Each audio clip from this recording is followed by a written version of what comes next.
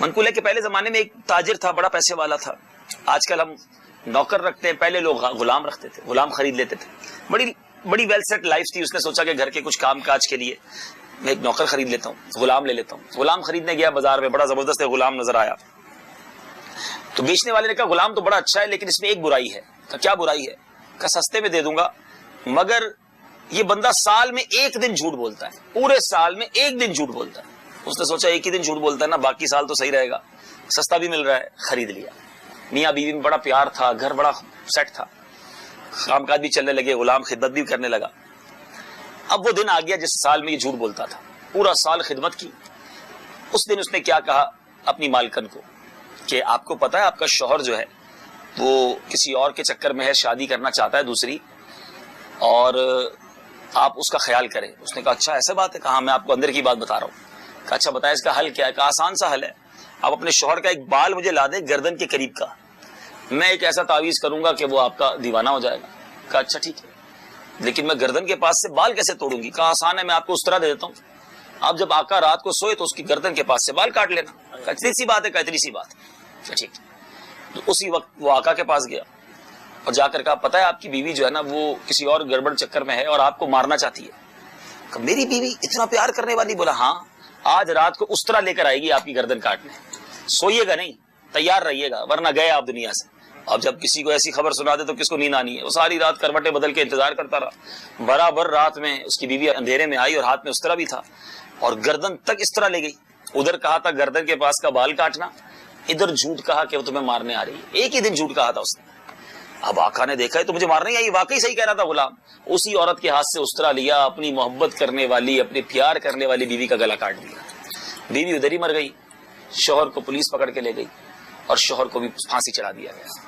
میاں بیوی دونوں دنیا سے چلے گئے، ہنستا بستا گھر برباد ہو گیا. یہ حکایت، یہ روایت ہم سب کے لیے کتنی بڑی عبرت ہے. ایک دن جھوٹ، گھر برباد ہو گیا. اور آج یہ وبا ہے، دوستیاں توڑوا دی جاتی ہیں، فیملیاں توڑوا دی جاتی ہیں، اس کی لگائی اس کی بجھائی. یہ جو چغل خور ہے نا، اس کو حدیثوں میں محبتوں کا چور کہا گیا. آج بہت خوشی یہ ہو رہی ہے کہ یہ واقعہ میں سنانے جو جا رہا ہوں، میں نے دنیا کے کئی ملکوں میں جا کر بیان میں یہ واقعہ سنایا. آج یہ مدینے شریف کا واقعہ مدینے میں سنانے کی سعادت مل رہی ہے. یہ واقعہ مدینے میں ہوا تھا اور یہی واقعہ میں نے کئی مقام پر بیانات میں کیا. آج یہاں سناتا ہوں کہ حضرت سیدی قطب مدینہ رضی اللہ تعالیٰ عنہ فرماتے ہیں کہ مدینے کے تاجر کیسے ہوتے تھے. قطب مدینہ ماشاءاللہ آپ سمجھ گئے، مولانا ضیاء الدین مدنی ماشاءاللہ ہمارے پیر و مرشد مولانا الیاس قادری صاحب کے بھی پیر و مرشد ہیں، جنت البقیع میں آرام فرمائیں. تو آپ فرماتے پہلے کے تاجر ایسے ہوتے تھے کہ ایک شخص، مدینے کے تاجر، یہاں بھی مدینے کے تاجر بیٹھے ہیں، چلو آج یہی واقعہ مدینے کے تاجروں میں ہو رہا ہے. تو وہ کہتے ہیں کہ ایک بندہ گیا کپڑے کی دکان پر. اچھا کپڑے کے تاجر ہی بیٹھے ہیں، مزے کی بات دیکھیں، بہت سارے کپڑے کے دکاندار ہیں. تو کپڑے کے تاجر تھے. تو سیدی قطب مدینہ کہتے ہیں کہ وہ دکاندار کے پاس ایک بندہ گیا اور جا کر کہتا ہے کہ مجھے یہ کپڑا چاہیے. آرڈر دیا اس نے. اچھا ہماری دکان کے سامنے کسی دکاندار پہ گاہک جائیں تو بندہ کہتا ہے یار کوئی تسبیح پڑھتا ہے، یہ کوئی تعویذ کر دیا، سارے گاہک ادھر ہی جاتے ہیں. اچھا ادھر سے ہو کر کوئی آئے تو ہم کہتے ہیں بندہ ہی صحیح نہیں، ادھر مت جانا، 2 نمبر کا مال بیچتا ہے، ہمیشہ میرے پاس آیا کرو، وہ تو جھوٹا آدمی ہے. اتنی برائیاں کریں گے، حالانکہ اس کسی کا رزق نہیں چھین سکتے، نہ اپنا بڑھا سکتے ہیں، لیکن حسد کر رہے ہیں. اب کیسے لوگ تھے؟ وہ بندہ گیا تاجر کے پاس، کہتا ہے مجھے یہ کپڑا چاہیے. تو تاجر کہتا ہے جو آپ کپڑا مانگ رہے ہیں نا وہ ہے میرے پاس، میں دے بھی سکتا ہوں آپ کو، لیکن اللہ کی شکر، اللہ کی مہربانی سے صبح سے میرا کام بہت اچھا چل رہا ہے. سامنے میرے بھائی کی دکان ہے، میں دیکھ رہا ہوں صبح سے خالی بیٹھا ہے، آپ یہ کپڑا اس سے لے لیں تاکہ اس کی بھی بکری ہو جائے. یہ ہے اسلام، یہ ہے ایثار. آج ہم کیا کرتے ہیں؟ ہم سمجھتے ہیں یہ گاہک ادھر گیا تو میرا رزق لے گیا. نہیں، دانے دانے پہ لکھا ہے کھانے والے کا نام. جو میرے نصیب، ایک جملہ یاد کر لو، جو میرے نصیب میں ہے نا وہ کوئی چھین نہیں سکتا، اور جو میرے نصیب میں نہیں مجھے کوئی دے نہیں سکتا. میں کچھ بھی کر لوں میں نہیں چھین سکتا، اپنے نصیب میں نہیں، وہ نہیں ملنا. بس جلد بازی کر کے ہم حرام کما لیتے ہیں، جلد بازی کر کے ہم جھوٹ بول دیتے ہیں. تو خدا را اسی طرح. اچھا اب کاروبار میں جھوٹ نہیں بولتے بعض لوگ، زندگی میں بھی جھوٹ نہیں بولتے، مگر دوستوں میں بیٹھتے تو جھوٹ بولتے، مستی مذاق میں جھوٹ بولتے، مذاق میں جھوٹ، مذاق میں بھی جھوٹ نہیں کہہ سکتے. سرکار دو عالم صلی اللہ تعالی علیہ وسلم ایک بار کسی صحابیہ کے گھر گئے اور دیکھا کہ ایک بچہ رو رہا تھا. صحابیہ کہہ رہی تھی ادھر آؤ میں تمہیں کچھ دوں گی. تو نبی پاک علیہ السلام نے فرمایا کہ کیا تمہیں واقعی کچھ دینے کا ارادہ تھا؟ کہا یا رسول اللہ صلی اللہ علیہ وسلم میں نے کچھ دینا تھا. فرمایا پھر ٹھیک ہے، ورنہ یہ جھوٹ ہو جاتا. اب ہم چھوٹے چھوٹے بچوں سے کتنا جھوٹ بولتے ہیں، بیٹا سو جاؤ ورنہ وہ آ جائے گا، بھوت آ جائے گا. کون آئے؟ کہاں سے بھوت آئے گا بھائی؟ اب بچے کو ڈرانے کے لیے جھوٹ، بچے کو سلانے کے لیے جھوٹ. یہ غور کریں، اصل میں ہمیں تمیز ہی نہیں ہے کب کیا بولنا ہے. امیر اہل سنت حضرت علامہ مولانا ریاض قادری صاحب کو اللہ سلامت رکھے، یہ انہوں نے ہمیں سوچ دی کہ پہلے تولو بعد میں بولو. ہم بولی جاتے ہیں پرواہ ہی نہیں ہے. عام بول چال میں کس طرح اچھا جھوٹ بولیں گے یا جھوٹ بولنے پر مجبور کر دیں گے. ابھی مثال کے طور پہ میں آپ کے گھر آیا ہوں، ہمیں بہت جگہ دعوتوں میں جانے کا موقع ملتا ہے، آپ کو بھی ملتا ہے. پہلا سوال، اچھا بالخصوص اگر کوئی سفر کر کے آئے، آپ کے تو بہت سارے زائرین ہی ملتے ہوں گے ماشاءاللہ، آپ کے دوست احباب عمرے پر آئے، پہلا سوال کریں گے اور سناؤ جناب سفر کیسا گزرا. اب کیا وہ آپ کو ساری تفصیل بتایا کہ سفر میں میرا بیگ بھی غائب ہو گیا، میں جناب فلائٹ میں بھی بہت تھک گیا، میری نیند بھی نہیں ہوئی، میں بڑا پریشان ہوں؟ کوئی نہیں کہتا بہت اچھا گزرا. اب بتائیے جس کو سفر میں تکلیف ہوئی اور وہ یہ کہے کہ بہت اچھا گزرا، یہ جھوٹ نہیں؟ یہ سوال ہی نہیں کرنا چاہیے تھا. سمجھ رہے بات کو؟ آپ نے سوال ہی ایسا کیا کہ سامنے والے نے جھوٹ بولنا. آپ جھوٹ بلوانے پر سوال کر رہے ہیں، حالانکہ سفر میں ہر بندہ تکلیف اٹھاتا ہے. جہاز میں آیا ہے، کبھی اس کو کھانا ملا نہیں ملا، آرام. سفر کو حدیث میں عذاب کا ٹکڑا کہا گیا. آپ اس کو یہ کہیں اللہ آپ کا سفر قبول فرمائے، اللہ خیر فرمائے، جو آپ کو تکلیفیں اٹھائیں اللہ اس کی برکت دے. دوسرا سوال، اب کسی کے گھر گئے، آپ کو اچھا خاص طور پہ کسی کے گھر پہ اگر جا کے رکے، صبح اٹھتے ہی، میرے ساتھ تو کئی بار ہوا ہے، اور سناؤ رات آرام کیسا ہوا. اب اس کو بتائیں بھائی رات کیسے گزری، میں تو سویا ہی نہیں ساری رات. نہ یہ بول سکتا ہے بندہ بھائی میرے تو آپ کے نئی جگہ پر نہیں آتی نیند انسان کو. بعض اوقات بستر مزیدار نہیں ہوتا، وہ تکیہ نہیں ہوتا جس پہ نیند آ رہی ہے. اب سب بتاؤں کہ وہ والا تکیہ نہیں تھا تمہارے گھر میں، اس لیے نیند نہیں آئی. یہ سوال ہی وہ ہے. اچھا وہ بھی اٹھ کے کہے گا بہت اچھی رات گزری، بلے ساری رات کروٹیں دیتا رہا، کیونکہ سوال کر دیا.